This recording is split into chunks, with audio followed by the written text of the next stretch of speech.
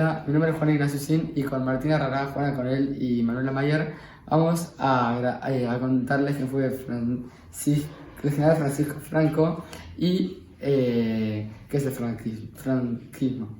Francisco Franco fue un militar que dirigió un ejército contra el gobierno español en 1936 y luego en 1939 fue el dictador de un régimen antidemocrático conocido como el franquismo que gobernó España durante casi 40 años, en el que se suprimía a los que pensaban diferentes.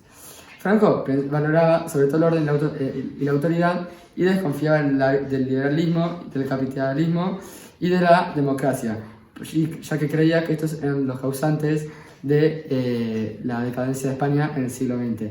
Así que se unió en 1936 a un ejército de militares subrelegados y intentaron hacer un golpe de estado contra el gobierno, la corona española, pero al salir mal se produjo una guerra civil que duró desde 1936 a 1939 y luego de terminar la guerra él llegó al poder. Ahora voy a hablar sobre la situación en España antes del ascenso de Francisco Franco. En relación con el exterior, España era influenciado por las grandes corrientes políticas que se movían por el mundo.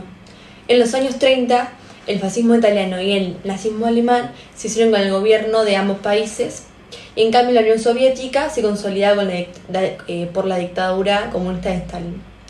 El gobierno español se hallaba en el quinto año de la Segunda República, la cual nació después de la crisis económica mundial del 29. Las elecciones las había ganado el Frente Popular después de un primer bienio de corte socialista y uno segundo de corte conservador. Sin embargo, la inestabilidad política era constante.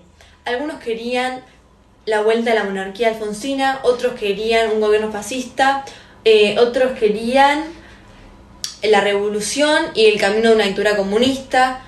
Si a esto se le agregaba las protestas en el campo y en las industrias por malas condiciones laborales, se desencadenaban sucesos violentos, como por ejemplo la Revolución de Asturias. Bueno, a lo que decía, se puede decir que la República lidiaba en 1936 con un ambiente en el que era difícil trabajar. En enero de 1936, luego de un bienio conservador, varios problemas políticos y financieros provocaron la caída del gobierno. Para las nuevas elecciones, el sector de izquierda se unió en el denominado Frente Popular. Los grupos de derecha formaron una coalición integrada por la CEA, que es la Confederación Española de Derechas Autónomas, y la Renovación Española, con el fin de evitar una revolución social al estilo bolchevique en España.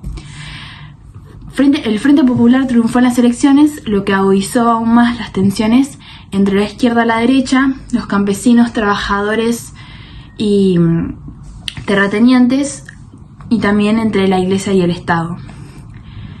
Frente a la crisis económica, los trabajadores de menor salario convocaron a huelgas y manifestaciones para mejorar la economía y la política. Ante el avance de estos reclamos, los terratenientes, algunos del ejército, parte de la jerarquía católica, unieron sus fuerzas señalando que el gobierno era incapaz de defender el orden y la propiedad privada. En julio de ese mismo año hubo una revolución militar liderada por el general Francisco Franco, que encontró rápidamente el apoyo de los grupos monárquicos y conservadores.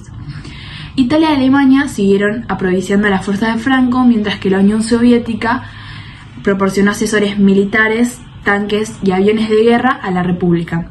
La guerra entre franquistas y republicanos duró hasta 1939, cuando las tropas de Franco tomaron Madrid, dando inicio a la dictadura del generalismo, que duró 36 años, de 1939 a 1975, hasta el día de su muerte. Bueno, yo primero voy a hablar de la cultura franquista.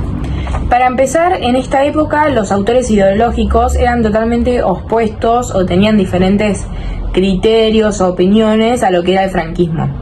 La nueva orden que se había querido llevar a cabo, cultural y educativa, en 1939, no se enfocaba obsesivamente en lo que era el nacionalismo y la religión, y no se había podido llevar a cabo porque el franquismo no tenía lo que era una cultura totalitaria, uniforme, con carácter excluyente de otras manifestaciones. Por eso, fuentes historiográficas describen a esta cultura como tradicionalista y autoritaria.